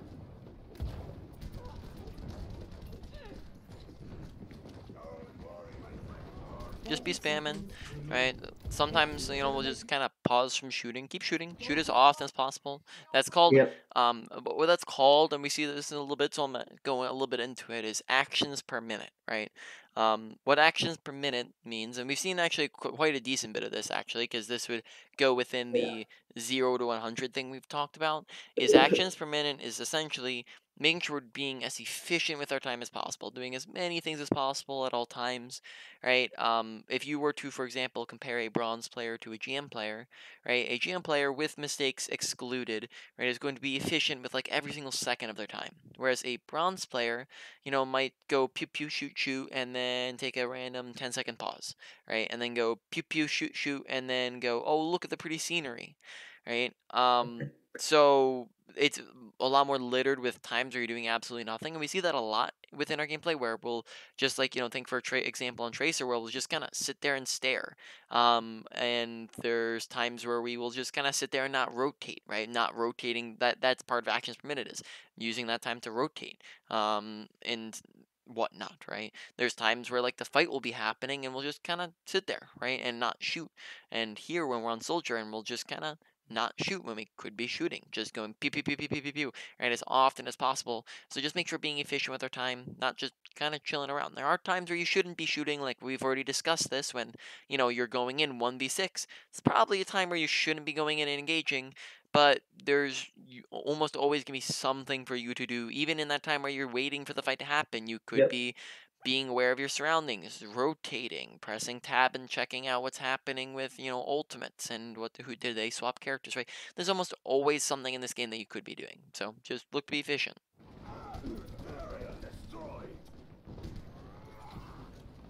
Oh, damn. It's quiet. Did I have gone to the right more, or was it so good? I think in this situation, if you see that they have absolutely nobody on this right side or this high ground, I might rotate, do a long or flanky route and go to where our Doomfist is and take their high ground, right? So like right here, like I'd probably come up here to the high ground, right? So like all the way back here, right? I'd come up here to the high ground, right? And I'd check it out real quick, see no one's on the right here. They're all on the left there, right? And I'd immediately start sprinting for their back line, right? Because soldiers pretty fast. You could probably make that rotation in 7 to 10 seconds, and then we skip forwards, and in 10 seconds, the fight is still just beginning. So you'd probably be fine, completely fine doing that, right? You wouldn't be like killing your team, right? So I definitely, yeah, I'd probably definitely go for that. It's quiet.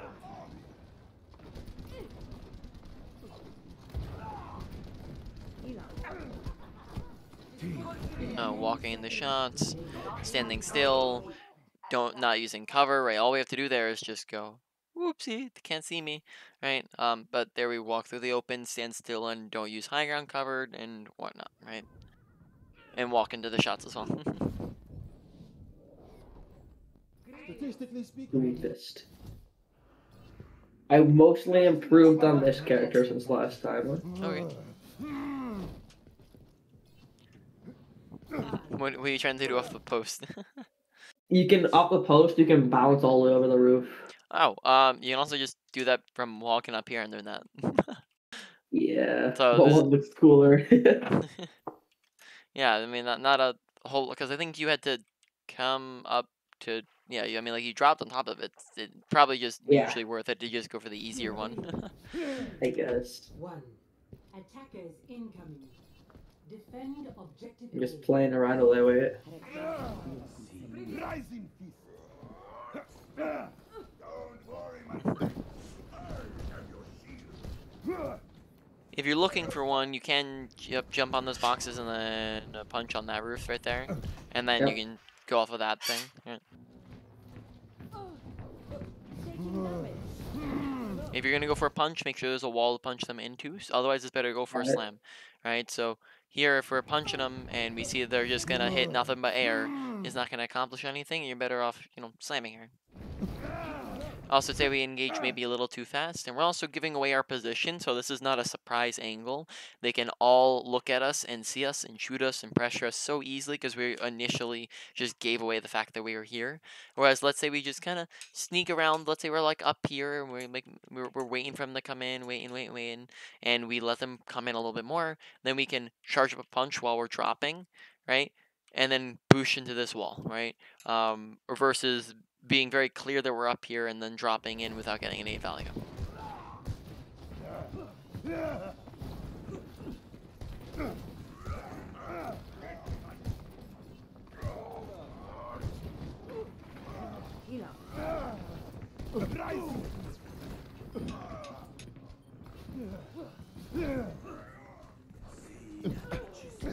Wait for your abilities to come back before you're going for things. That, I feel like that kind of punch was pretty unnecessary and didn't really accomplish very much. Rising uppercut. My ultimate Okay. is charging. I feel I'm not syncing my whole kit as much. Say that again? I'm not syncing all my abilities. Yeah, which is definitely good. You're getting out there. That was a good thing. Though I'd say one of the things was just we weren't really waiting for abilities to come back. 30 seconds. Okay. Notice once again we were just very out in the open and obvious for everybody, and then therefore they could just see us and shoot at us as we're walking in, right? So it'd be a little bit more sneaky.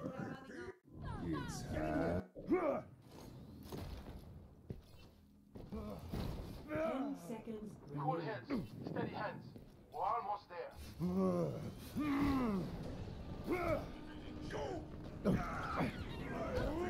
Alright. Head on to the next one. Yeah. It's a bit of a long one.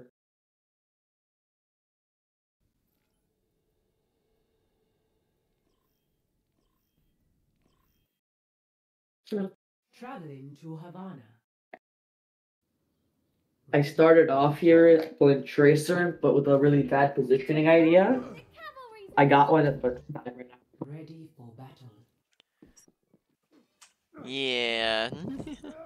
Like, just... Oh, first off, don't blink. You have 14 seconds. There's no reason to blink. That's just as like, hey guys, I'm here, right?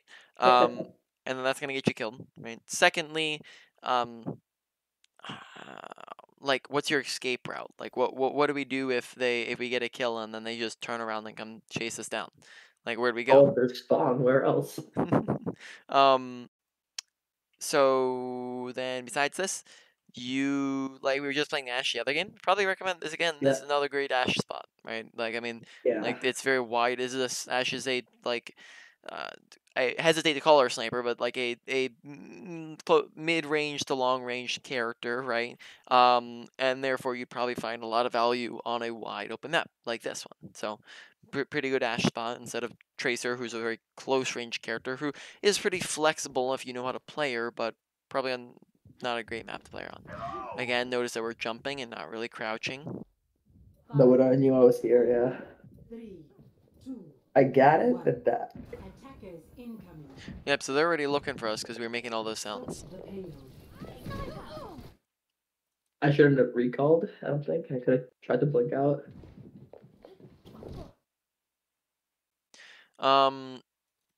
Using 2 blinks for 1 blink would suffice. Mm. Not, we could have just blinked to the side and not needed 2, right? Really good tracking though. Ever get that feeling? Yeah, besides that, I think recall's fine there because you're very low, but I wouldn't Yeah. immediately. I'd maybe give it a second, get your Feeling of deja vu. blink back, your other blink back, so you can maybe get past Brig. Instead of like, you want to kind of like right here, like the problem is we're trying to get past Brig, so we want to bait her to run towards us so we can just blink past her. But instead we wait until we get right up next to her, and then we also are delayed with our second blink, which means she can bash us into the wall, and then as I predicted, we die. Yeah.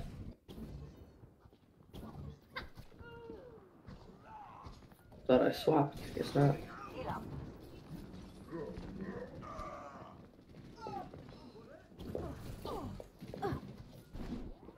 No one can hide on my sight. Oh. I could have got the kill. Yep. Yeah, we disengage from that fight when we're, at a I'd say significant advantage. I saw a blinking red thing and got scared. Here we could probably still engage. Yeah, there you All kills me here. go. Oh. Get here. I jumped so they can hurt it. Where's their Widowmaker gonna be pre-aiming?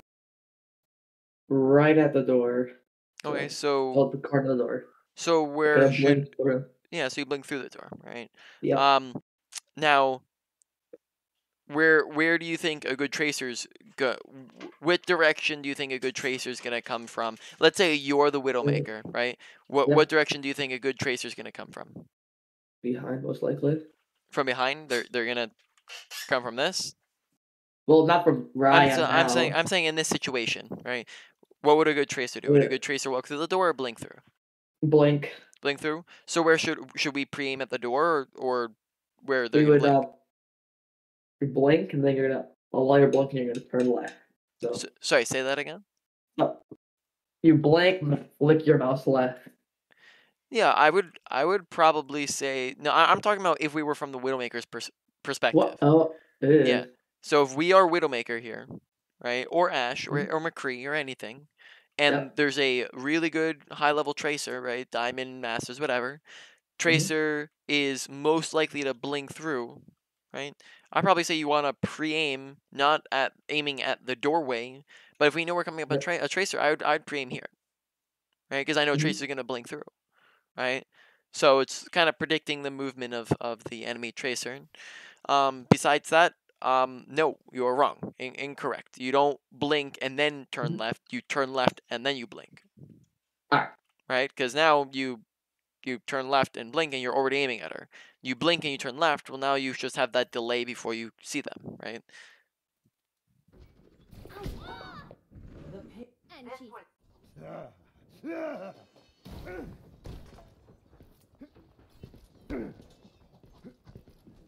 What I've noticed about Doomfist, if you uppercut his ceiling, you kind of float for like 2-3 seconds. Yeah, that's yeah. If you uppercut like not necessarily like you're talking about like overhangs, like when you go get launched forwards. Is that what you're Yeah, talking I'm just about? talking about. No, I'm talking about like full roof. If you uppercut it, you get stuck to the roof for a few seconds. I think it's just like the air time that you get like anytime you uppercut, basically. You just get air time.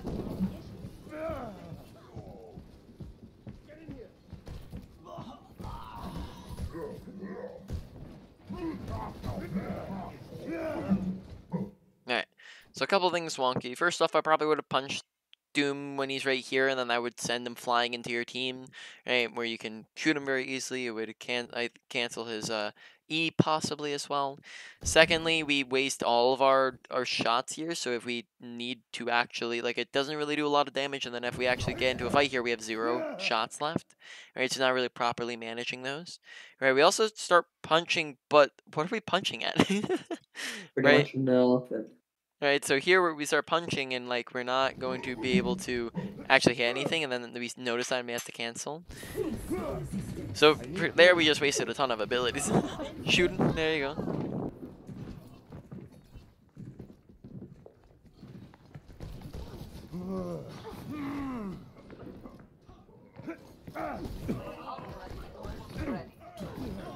Very nice.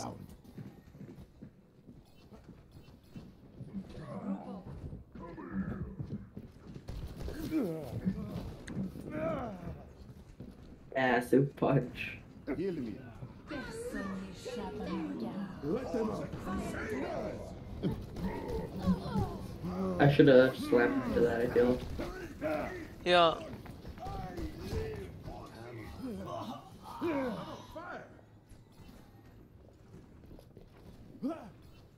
Understood. Sniper, keep your head down. I need healing. Oh. I said I need healing and don't peek at all. Very nearly died there. Why is that? Why did we very nearly die there? The Widow could easily peek me. I'm still poisoned with the Venom Mine and I'm out of the LOS supports. What got us in that situation in the first place? I have to cut it up to the Widow. You, I don't really know. okay. Is uppercutting up to a widow a bad thing? Not really. Not really. So what went wrong? What was the problem? Widow was already aiming at me. Okay. Were we ready for Widowmaker to be there? No. Okay. So therefore that's an awareness thing, right? If we are ready for Widowmaker to be there, then uppercutting the Widow is an advantage, right? We have the advantage in that duel. Widow v Doom is very one-sided, right? Definitely. So therefore, if we're ready for her to be there, all we have to do is uppercut and then immediately slam into her and punch her, right? And that's it. It's game over. But what happens is because when we're not prepared for it, then that means that Widowmaker gets off that first shot and we're like panicking, right? And then we end up what happens there happened to us, right? And we almost end up dying, right? We probably very easily could have ended up dying. So the biggest thing there to be aware of that, the only way we could have been aware she was up there was audio awareness of paying attention using her ears, because there we had multiple indications that she was up there, right? From I believe she's just walking around up there. I think she might have also been shooting from up there as well, possibly. Let's see, was she shooting? No, we just hear her walking around. We hear her toss a venom mine, right? So just keeping our ears open allows us to hear those cues. I need healing. Enemy contact.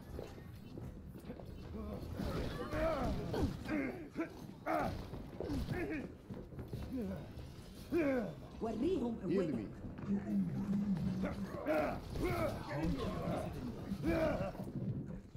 I need healing. Thanks.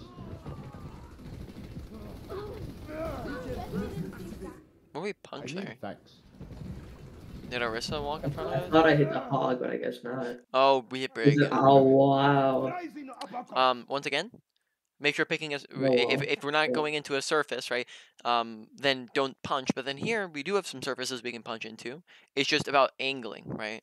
If we're looking this direction, they're gonna go that direction. If we're looking this direction, now hog goes into that wall. We angle our body around a little bit more. Now hog goes into that wall. Right? We decide to go this route, we can hit hog into that wall, right? So we do this for way, we can hit hog into that wall, right? So it's about angling ourselves so that we can punch them into things. But here we angle ourselves so that we punch them into absolutely nothing, right?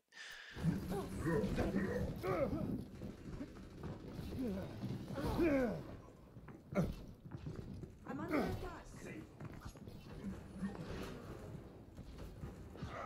Probably could go and take that duel, right? She's on her own right now. Or like, I feel like she was gonna grapple away when I went on her, so. which, if she grapples away, right? So like, let's say what we can do is we can like punch over to her with the expectation she's gonna grapple, and then we have slam to catch up to her, right? Enemy contact. Heal me. Or vice versa. That's it can go either way. Oh, lost awareness of where she was at. Oh, and then therefore die. So awareness, right? Again, just us paying attention keeps us alive. We also swap there when we have our ultimate. Don't know if I'm like a big fan of that decision, just because I don't think like our Doomfist was going like terribly. The situation doesn't seem to be like you're throwing at the moment.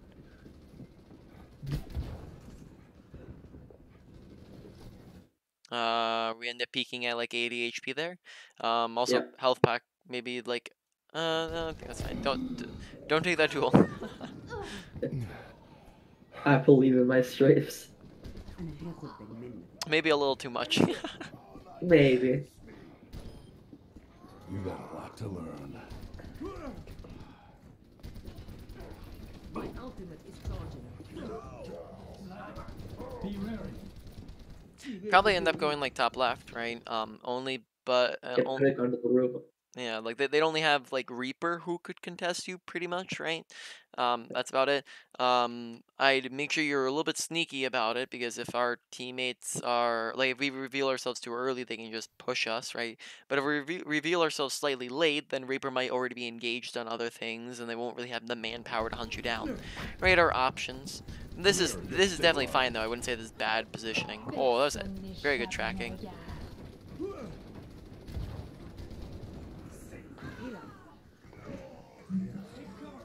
That was a close shot. Need some healing. Oh, nice helix. That's terrifying.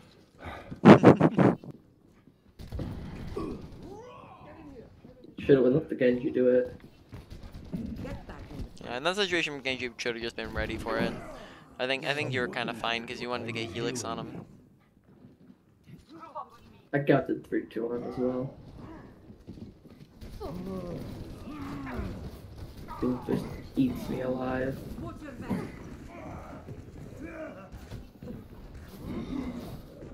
Oh.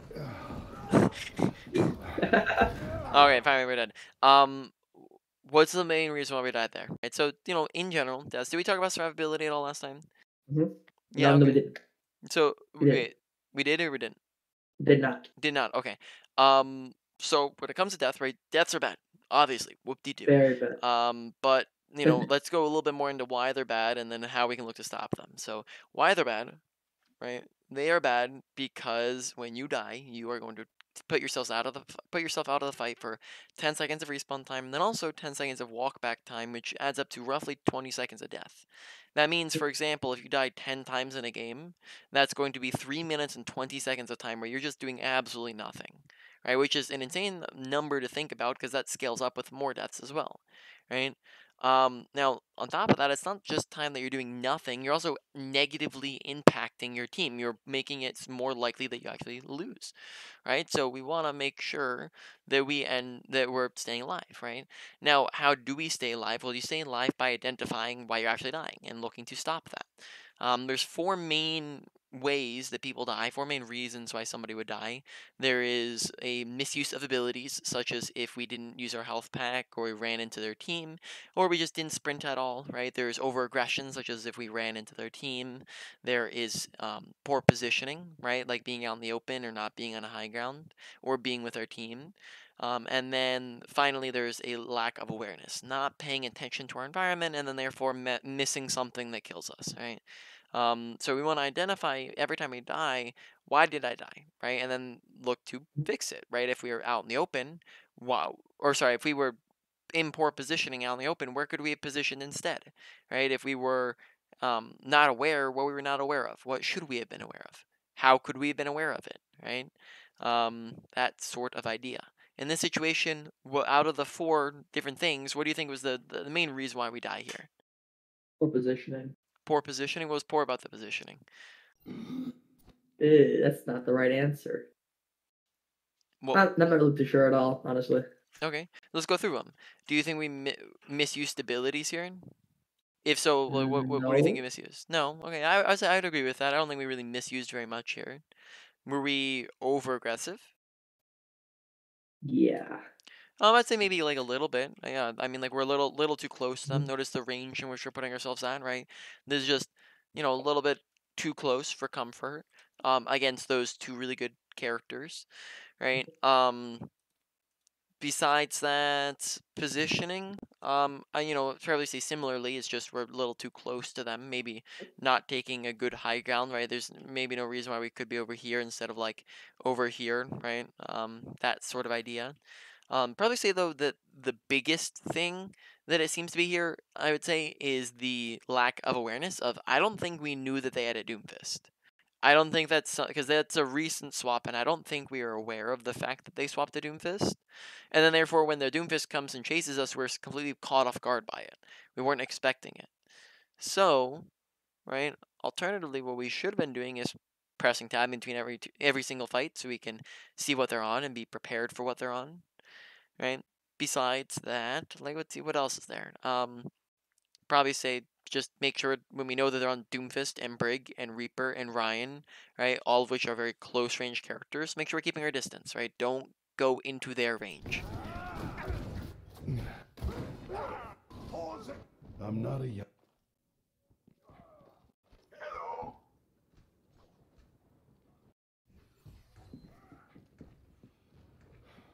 Are you aware of how to get up on top of that big ol' boiler tank? Yeah, you can rocket jump, I'm pretty sure. Yeah, you might be able to. I think. Yeah, might be able to from there. But you can also just any character can get up there. Maybe tanks. I don't think you can. But any character can do this. Actually, never mind. You don't have the fences anymore. But when there are fences What? here, right? You can stand on top of the fences, leap from the fences to either or of these little nodes here, right? Yeah. Then from those, you leap up on top of, I believe. Let's actually see. I think it's somewhere up here. I think you possibly leap on top of the blue thing, but it could also be like one of these here. Somewhere like that. You hop on top of that, then Alright. you can hop from there to let's see. I think it's hard again. I'm forgetting at the moment. I think it's from there you hop on top of this little rim, right? And then from there you can hop to the top. I believe that's the thing. Actually, it might it's possible that you hop on top of this, but you can manually jump up that Yeah. just on any character. You can also do the same thing from down here. You hop on top of this little node here, then you'd hop on top of this, and then you'd hop from here up to the top, like that. Okay, let's talk about some stuff, main points, and whatnot, review, right? Okay, so let's go through them all. We did Doomfist for a little bit. Make sure we're not overusing our abilities. Wait for them to come back before we're engaging. Punch. Make sure we're actually punching people into things, right? Angle yourself, right? Like here, Tracer's not going to go into anything. Now Tracer will, right? Because we're angling ourselves on them and we're aiming where we want them to go, right? And again, we can be here, but be aiming on the weird... Oh, I guess it still gets them. But we could be, let's see, we could be here and do that, or we can be here and do that, right? If we ain't here, then she just go flying off, right? I guess actually she connects with that actually. But, let's say there's no railing there. If we aim this way, she goes flying off. If we aim this way, she goes into something, right? So the direction in which you're aiming and what you're aiming into do matter with Punch. Besides that, pretty much good with all of the other abilities for the most part. Make sure we're landing them. So overall, probably like a medium priority on Doomfist. Ashe, make sure we're not wasting Coach Gun when it's unnecessary. Dynamite, make sure landing more on more people. Make sure you're just putting effort into landing it. And then overall, probably like a low to medium on Ashe. Tracer, very, very important, right? Make sure not Yep. wait. I think recalls for the most part pretty good. Blink management though needed a lot of work, right? Making sure we're not going in with no blinks, right? Walk into engagements whenever you can. Make sure we're coming in with blinks. Don't like double blink into every single fight, right? Make sure we're not wasting our blinks. Sometimes we'd do something like this, right? Instead of just like, you know, doing this, right? We would like use Yeah. 2 blinks where 1 blink could have sufficed. Make sure working on your blink range, right? It's 8 meters, right? So we go from here to here, right? Make sure learning that range so we can get familiar with it. And that's pretty much it. Make sure we're not wasting them, right? And then overall, probably like a medium priority. Did we go over any other character? Oh, soldier, right? Soldier. Make sure the helix, right? From ranges, you fire first, so we can do that, right? And just blow them up. But when you're closer, we want to use it as a finisher, because if we helix first, they just are able to, get ready for it. They're able to stop you and whatnot. Whereas if we do this and then we helix, then we can burst them down really, really fast, right? Health pack, make sure we're actually using it. Plop it down when you're coming up on an off angle, when you're visoring. Actually use it, whereas we didn't use it a lot. Sprint, for the most part, good. Sometimes where we didn't use it, so just again, like pretty much anytime you're ever walking anywhere, you're using it. Pretty much, right? Overall, medium priority. Moving on. Well, and then overall, that means like just in general probably goes to a medium priority for all of your abilities. And then I think that was it for characters, right? Yeah. Play a little bit of Bastion at the end of the Havana match. Do you think we could review that real quick? Like, keep playing it. Say that again? I play a little bit of Bastion at the end of the Havana match. Do you think we could review that real quick? Yeah, do you think you'd prefer to go over that rather than the review? Yeah, I'd say so, yeah. Okay, sounds good.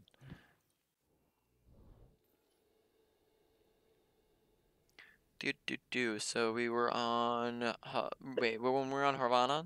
Havana. Traveling to Near the Havana, end, I was ready attacking. for battle. I feel Bastion has a lot of position things.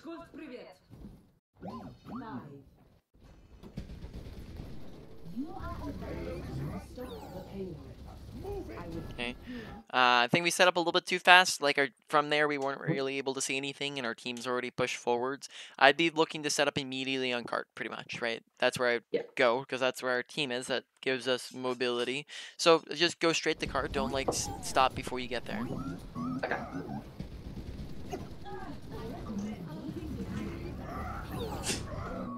Awareness. You live with 10 HP always. Yeah, here we're just not paying attention to the Reiner and Brig, who are like an inch away from us. Right? So awareness, pay attention to them. Maybe slightly delayed with self-healing afterwards. We start shooting instead of healing immediately. I thought I died, yeah.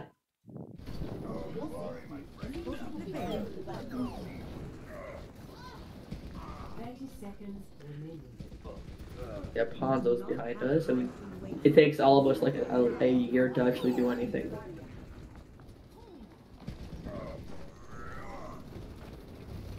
Dark's gonna kill me. Okay. Make sure we're not setting up on cart if we don't have any cover to work with, right? It's kind of the principle standing still, right?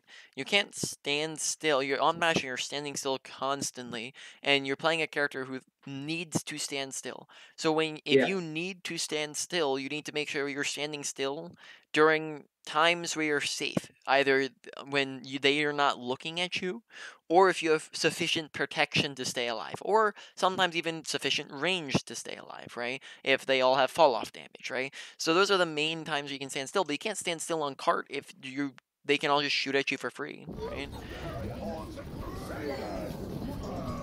Also just paying attention to who's shooting at us there.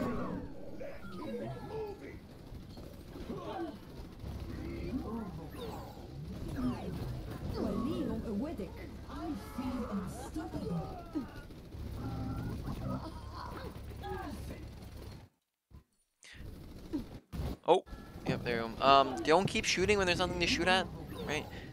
here we shoot a Junkrat, and then we just keep shooting at nothing for like 100 ammo, and then that means that, for example, in a situation right here, and we keep shooting after he's dead, and that means that like here when we need to shoot at these guys, we run out of ammo while shooting at these guys because of the fact that we wasted it all before, right? So preserve your ammo, don't shoot randomly. An interesting thing about Bastion, when you stand up, he reloads in I think a second and a half.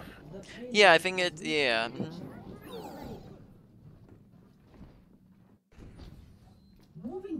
Got the ultimate.